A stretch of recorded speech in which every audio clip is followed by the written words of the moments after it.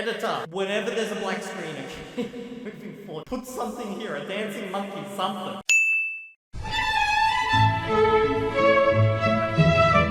What's up, grinders? Welcome back to the channel. So today we're going to be doing a react to this video titled Why Learning Japanese is Useless. Now, why am I reacting to this video? Because you guys are always down in the comment section trying to convince me that I need to go learn Japanese now because it is the best language in the world, apparently. So I'm going to find out if it actually is. Maybe you've all been lying to me. Oh, but before I do, I have a TikTok channel. That's right. Yeah, I have a TikTok channel. Go check that shit out and sub. So, you want to learn Japanese in 2024, huh? You think Japan is the coolest country in the world and that you're going to meet so many Japanese people just like in anime? Well, if you already live in Japan or have Japanese friends or are ethnically Japanese, then congratulations, this video is completely useless to you. Well, I'm none of those. Just so we establish that, you know. One of those people, then this is why I think you should not be learning Japanese anymore in 2024. Oh, okay, so this is a should not learn in 2024 scenario. Well, we're in 2026, so maybe it doesn't apply anymore, whatever the recommendations are here. But it implies that he was learning it at some point, now he's stopped. But before we get into that, let me talk about a cultural phenomenon called Cool Japan. Basically, Cool Japan was essentially an effort by the Japanese government to turn Japan into a sort of soft power by mass Jesus, this guy really loves his low-quality JPEGs. Is this like an art style that I'm unaware of? exporting anything related to Japan, be it food, martial arts, music, technology, video games, and especially anime and manga to the West in order to promote Japan being a powerhouse of pop culture and give it a cool image. Wait. Is this like an anime concert? Is this a thing in Japan? Do you have like anime concerts with like anime girls up on the screen and then you all just go cheer at them? Is that actually a thing? Or are these like real girls who have been animatomized?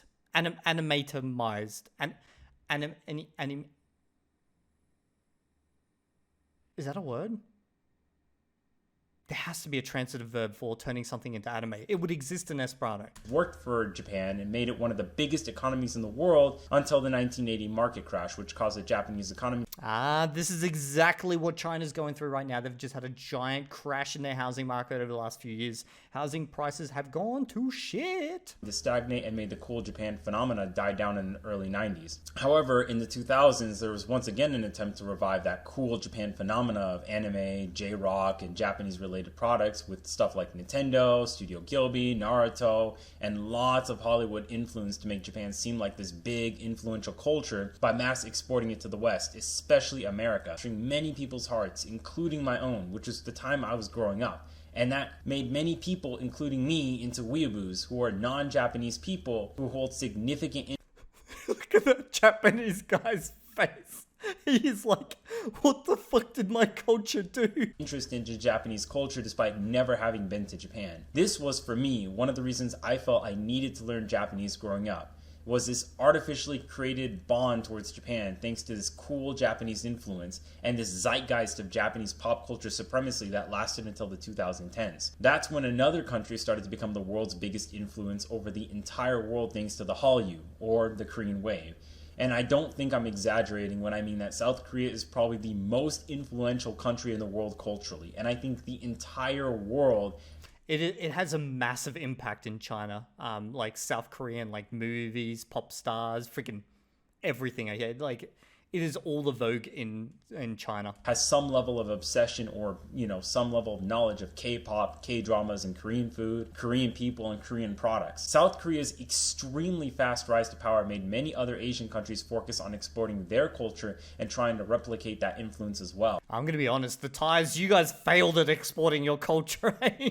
Like, I don't know anything from Thailand except for Pablo. And the cultural domination of South Korea robbed Japan of its worldwide influence and made many people lose interest in Japan compared to Korea. And now, I'm not saying that Japan isn't still influential anymore. I'm just saying that Japan will always have that diehard appeal and that people will still keep being attracted to many unique about Japan and their culture. But compared to its height during the 2000s, Cool Japan era, Japanese culture just isn't as influential as it used to be compared to before. Although, with the Japanese yen dropping further and further, more people seeing Japan as a very clean and nice modern country to immigrate to, maybe this could change in the future. Actually, a really normal country with normal people, and a lot of people don't even watch anime or care about that stuff anymore, mainly because they're just so busy with their own lives and work that... Wait, that, I swear to God, that looks like a screenshot from Squid Game or whatever. I don't know why. But obviously it's not. Japan just doesn't really have that weird anime magic and storytelling crap that you see in anime and manga. It's actually just a normal country, just like your own country. So you're telling me, let me get this straight, if I go to Japan, I ain't getting mechs fighting each other, destroying giant ass bugs in the middle of the city, with really, really skimpily dressed hot women running around? You're telling me I'm not getting all that? Bruh, man, come on, I was all for the mechs. Fuck! And while it's not really everywhere, metropolitan cities such as Tokyo or Osaka have much more Western and Korean influence that makes Japan seem less like a monocultural traditional society that outsiders make it out to be. You know, just like how Yeah, well, they kind of stole the Chinese characters, okay? So they've been doing it for a while. real life America isn't all Marvel and superheroes and Hollywood movies. It's just Wait, you're telling me Captain America's not real? another country where you have all different types of people all living their own lives and their So basically it's like every single country in the world, okay? It's not what you see on TV. Grats, cool. We've established that. own version of America. It's the same in Japan, where anything you see in anime is almost never what happens in real life. And Japan is actually quite mundane, as people just focus on either working or education. I mean, this video isn't really about living in Japan though, but more about the What's with all the black screens? You just couldn't find any JPEGs to film? Japanese language. So let me return to that. And honestly, learning Japanese is just not very useful. He's just given even up. if all you want to do is understand your favorite anime or read manga, because stuff like translators exist that are so good that actual Japanese translators are already getting replaced with machine translations. Yeah, but from what I've heard, the localizers were messing up the translations anyway. There was a big drama about that, where they were basically westernizing the Japanese translations via localization. Because there's already a high volume of translations available that makes the job of learning Japanese kind of useless. I mean, why bother learning Japanese when a translator can already translate everything for you in just a few seconds?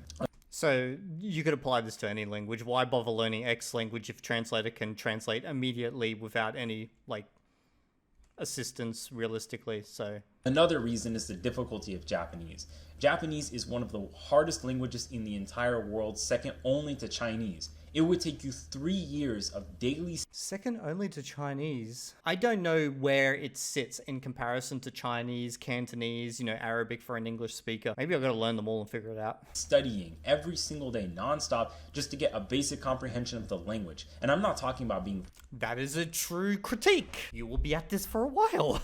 fluent. No, I mean just basic comprehension of common words used in daily conversation, grammar structure, and an elementary ability to speak and read. It probably is going to take you around 6 to 8 years just to get fluent in the language and being able to actually understand more than 80% of what you see and hear. And that's how long it took me. And I'm a polyglot that can speak multiple languages, and still Japan is one of those languages where no matter how much time I spend on it, I still see myself having to keep learning more and more and more. Yeah, okay, that makes sense. It's the same with Chinese with me. It's not like where, for example, if you're learning Spanish or German, like I did a little bit of German on Duolingo because I was testing out Duolingo to see how it works. And like literally every second word I just recognize from, Esperanto or even from Spanish basically, because, I could kind of do that. Or the bit of Latin that I've done. It's like when you get more and more advanced in a European language, the words that you learn become easier and easier because you have them in your native language. They're usually the scientific words or the international words and stuff like that. You don't get that benefit in, say, Chinese. Now, I don't know how much English has got into those words in Japanese. So it's probably easier in that regard with Japanese. But with Chinese, it's definitely not. There's just so much to learn about the language.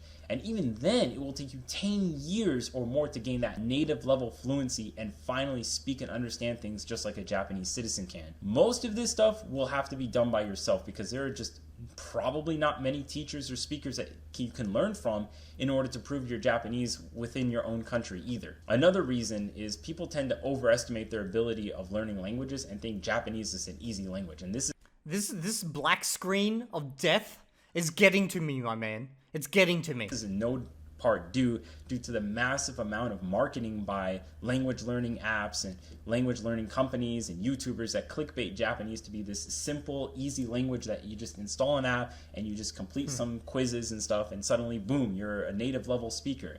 I mean, it makes sense. At the beginning, yeah, Japanese isn't really that hard to learn. Katakana, hiragana, those alphabets are not really hard to read. Japanese doesn't have the weird tonal sounds like in Chinese or Vietnamese or Thai, and pronouncing Japanese words is really easy.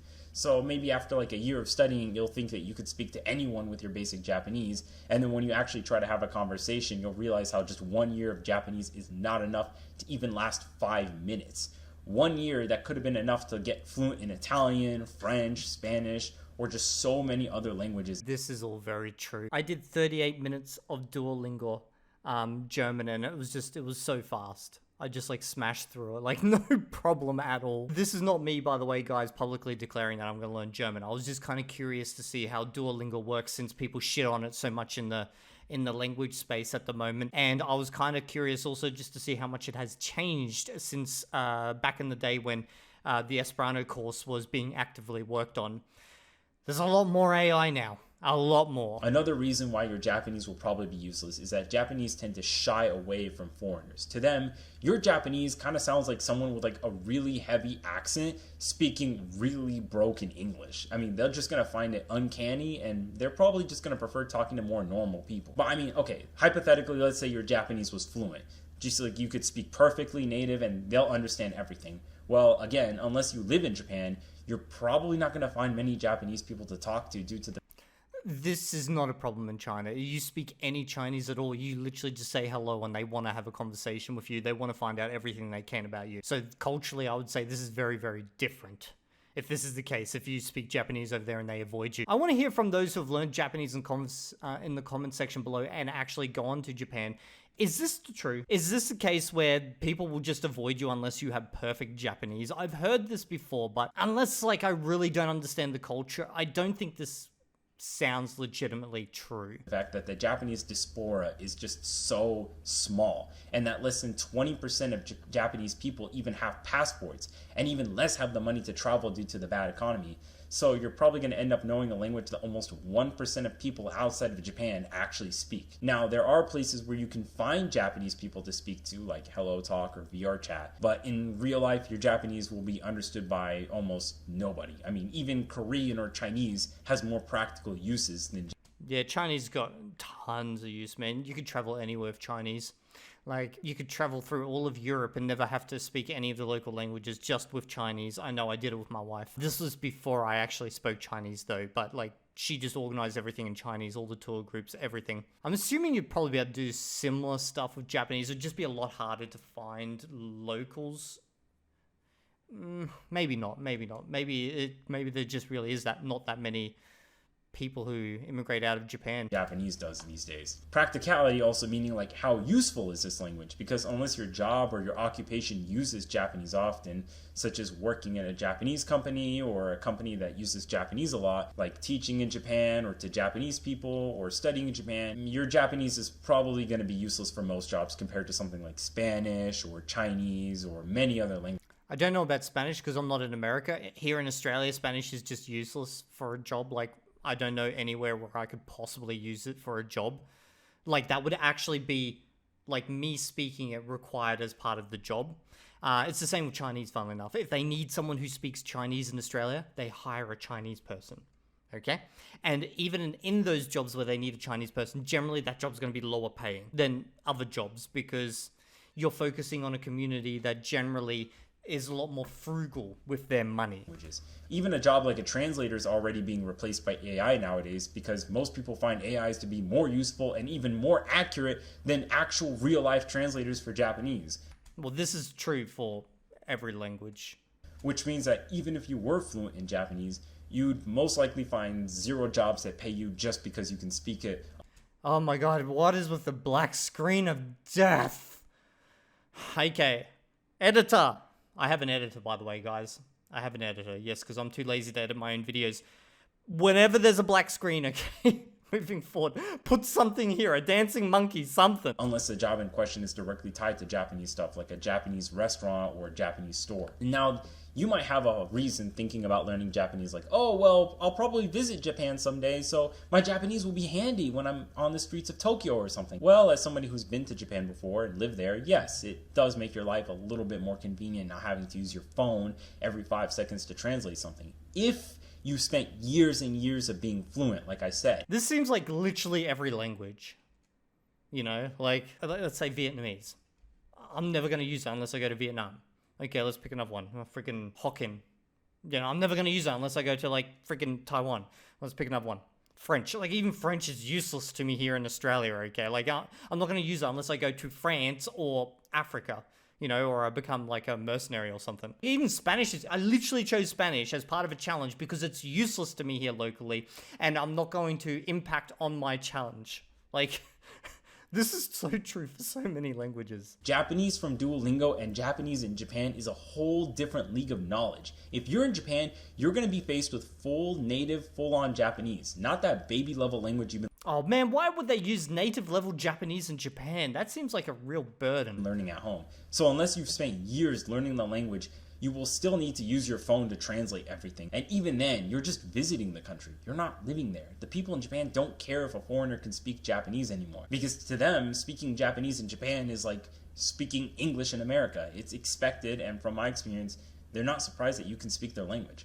Yeah, no, there's not that expectation in China. There's still surprise and interest, especially if you go to the countryside. They do appreciate it, but honestly, just using Google Translate on your phone gets you nearly the same results too if you can't speak Japanese.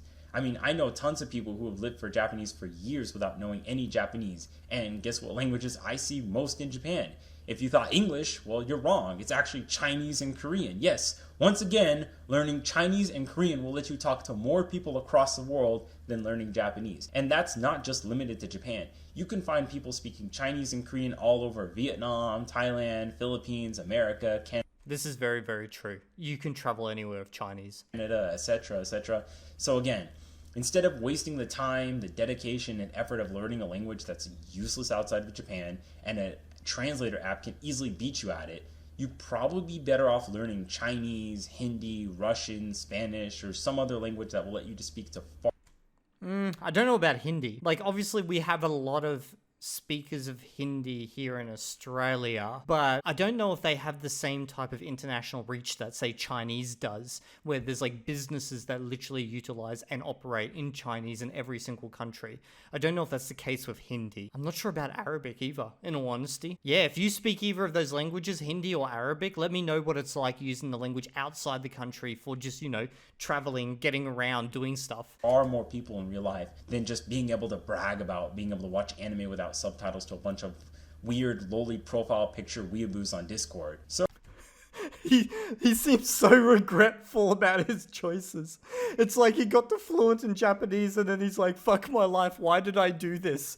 Why did I do this to myself? Hey guys, for all those who keep asking me to learn Japanese in the comment section, this really isn't selling it for me, bro. If this is the depressed motherfucker I become after I learn Japanese, I don't know. I don't know. I don't think I want to learn Japanese anymore. You guys are going to need to find me a video to react to that's titled Why You Should Learn Japanese and It's Not Useless. Something to pull me back because, like, at the moment, my only interest in learning Japanese is so I can get involved in the Western drama regarding the Japanese speaking community. Anyway, I hope you guys have enjoyed this video, and I hope to God my editor finds a monkey and inserts it in there. I'll see you all in the next video. And if you're not there, that's because I assume you are useless. And no one needed you anyway.